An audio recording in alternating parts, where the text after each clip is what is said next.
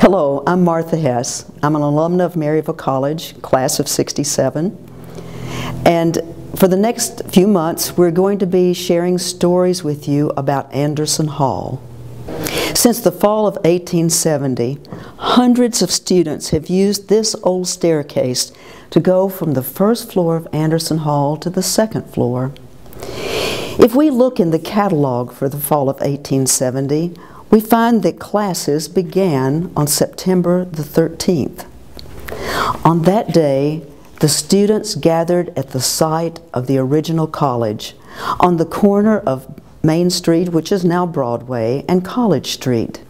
3 professors joined them that day: President Peter Mason Bartlett, professor of mental and moral science, who had been with the college for the last 18 months.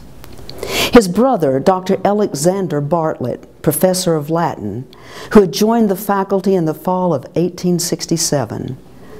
And of course, the beloved Dr. Thomas Jefferson Lamar, professor of Greek and sacred literature. Dr. Lamar was the only antebellum professor who had stayed with the college during the 4 long years of the Civil War. And then, on faith, and with hope for the future, he reopened the college in the fall of 1866. When the students and the faculty got word that Anderson Hall was ready for occupancy, the students picked up their few meager supplies, and the faculty distributed among them 400 books, the beginning of a new library. Then the 100 students and the 3 faculty members started walking down the hill to the southeast. After they crossed Pistol Creek, their eyes looked to the top of the hill and were riveted on the new 3-story brick edifice on top of the hill.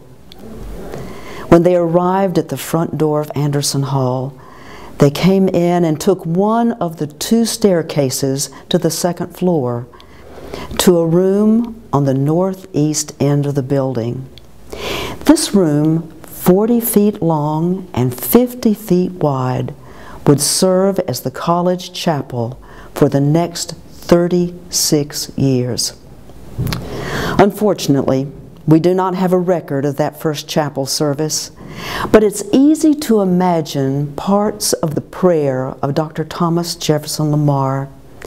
Certainly, he gave thanks for the 13 students who had joined him in reopening the college on September the 5th, 1866.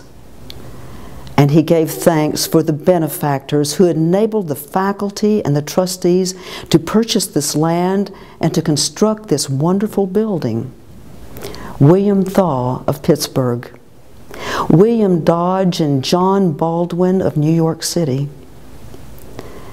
And I'm sure he ended his prayer remembering his former professor and the founder of the college, Dr. Isaac Anderson, for whom this building is named.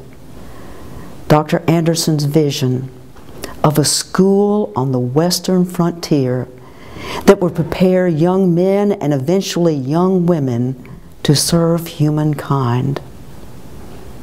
And with a resounding amen, the first chapter in the history of Anderson Hall came to an end. As the students and the faculty scattered to their respective classrooms, the work of the new old college began.